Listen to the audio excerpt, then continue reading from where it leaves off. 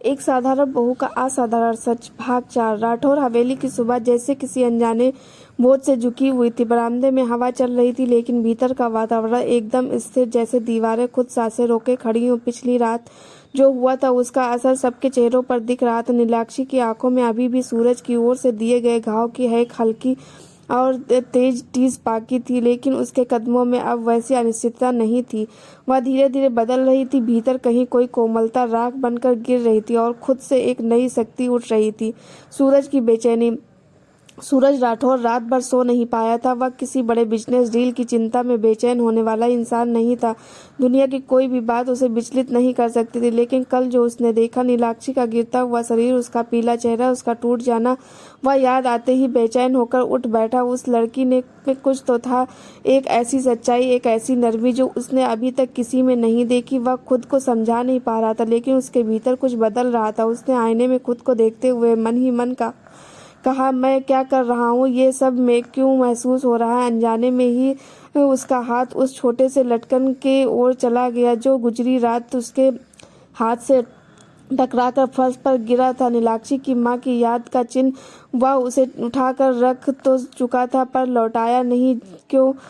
उसका जवाब उसके पास खुद भी नहीं था। अनन्या का जहर फैलना शुरू। उधर अनन्या आज सामान्य से कहीं अधिक सजी धजी थी। राठौर हवेली की सबसे खूबसूरत बहू दिखने का तमगा उसने खुद को दिया था, और उसे लगता था कि कोई भी उससे इस स्थान को छीन नहीं सकता। लेकिन नीलाक्षी की चमक, वह उसे पचा नहीं पा रही थी। सवेरे की चाय के समय उसने सभी को अपने अंदाज में इकट्ठा किया। कुछ तो कहना है आपको। वह ऐसे बोली जैसे कोई राज खोलने जा रही। वह अपनी आवाज धीमी रख कर भी सबके कान खड़े कर सकती थी। नीलाक्षी को तो सब मासूम समझते हैं, पर असली सच्चाई क्या है ये शायद किसी ने जानने की कोशिश नहीं की। कमरे में कानाफूसी शुरू हो गई। क्या मतलब?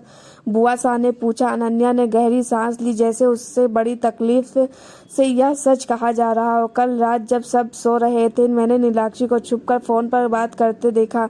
कोई लड़का था। आवाज साफ सुनाई दी, पर मैंने सब कर दिया। और अब आगे का प्लान तुम बताना। जैसी बातें सुनी मैंने।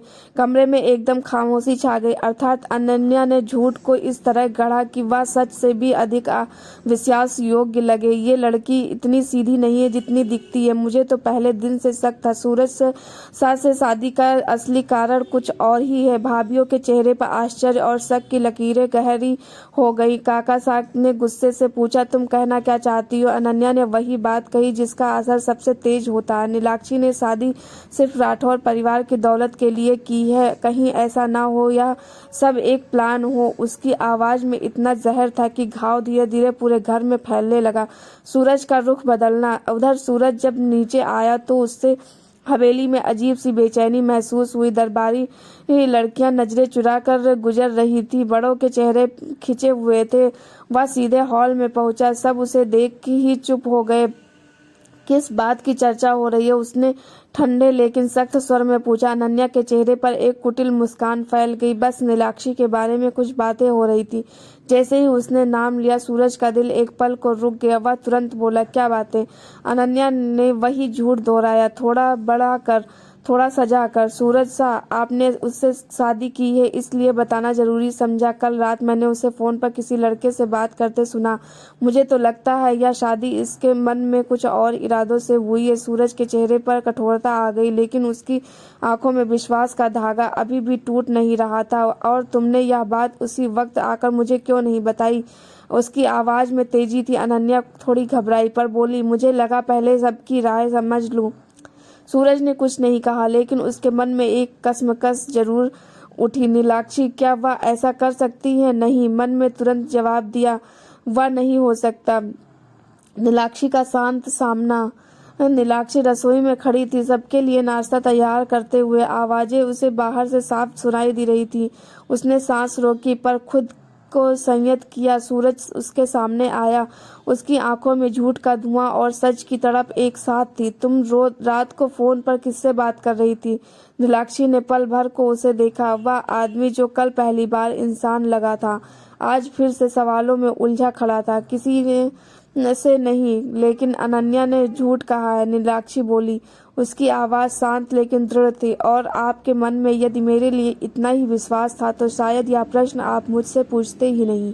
सूरज एक क्षण के लिए रुक गया। नीलाक्षी की आंखें डरी हुई नहीं थी, न ही अपमानित, वे स्थिर थी, ठंडी, मजबूत। अनन्या दूर से यह सब देख रही थी। उसने सोचा था नीलाक्षी रोएगी, टूट जाएगी, पर वह तो रोशनी की तरह खड़ी थी। काका साह का फैसला। दोपहर का समय होते होते बात पूरे घर में आग की तरह फैल गई। काका साह ने सभी को हॉल में बुलाया।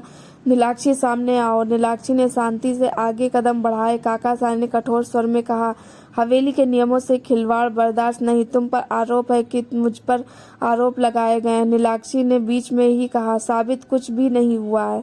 सारा हॉल सन्न रह गया। यह एक बहू का इस तरह काका साह की बात काटना किसी ने उम्मीद नहीं की थी, पर नीलाक्षी की आवाज़ कांपी नहीं। अगर किसी ने मुझे रात को फ़ोन पर बात करते सुना है तो बताए कि मैंने कौन से शब्द कहे, किसका नाम लिया, किसका चेहरा देखा गया।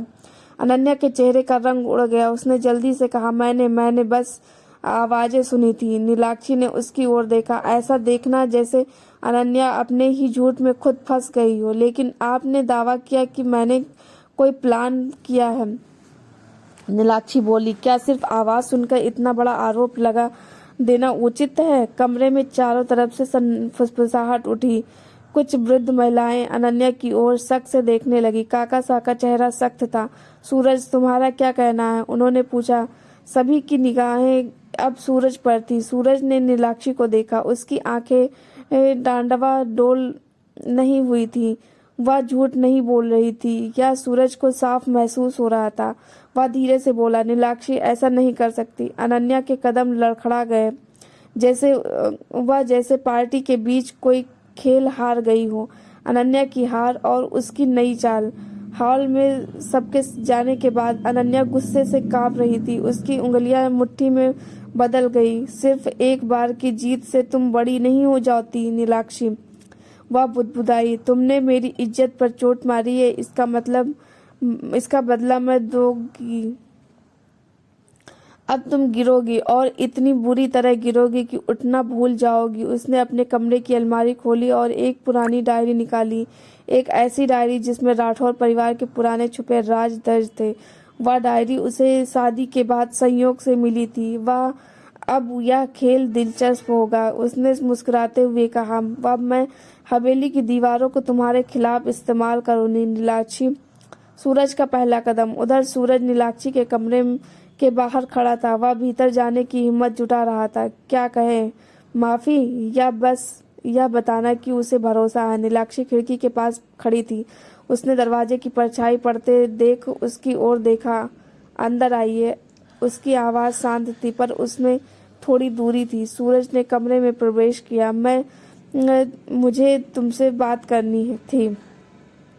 नीलाक्षी ने कुछ नहीं कहा। सूरज ने गहरी सांस ली। मुझे पता है तुमने कुछ गलत नहीं किया, मैं बस उलझ गया था। नीलाक्षी ने धीरे से कहा, विश्वास कठिन होता है लेकिन निभाया जाए तो सरल भी। सूरज ने पहली बार महसूस किया वह लड़की जिसे उसने शुरुआत में सिर्फ एक औपचारिकता समझा था, उसमें ऐसी गहराई है जो उसे भीतर तक छू रही थी। वह कुछ बोल पाता इससे पहले ही नीलाक्षी ने कहा, आपने लटकन वापस नहीं किया। सूरज चौंक गया। वह उसे कैसे पता चला? वह कल रात मेरे पल्लू में ही था, नीलाक्षी ने धीरे से कहा। मैंने महसूस किया था, बस आंख नहीं खोली। सूरज ने वह लटकन उसकी ओर बढ़ाया। नीलाक्षी ने उसे पकड़कर अपनी मुट्ठी में कस लिया। उस पल कमरे में एक खामोश गर्माहट फैल गई। नाजुक लेकिन एहसास करवाने वाली की कहानी अब एक नई दिशा में बढ़ रही है। हवेली में उठता नया तूफान। रात को सब सो गए, हवेली शांत हो गई, पर अनन्या के कमरे में रोशनी चल रही थी।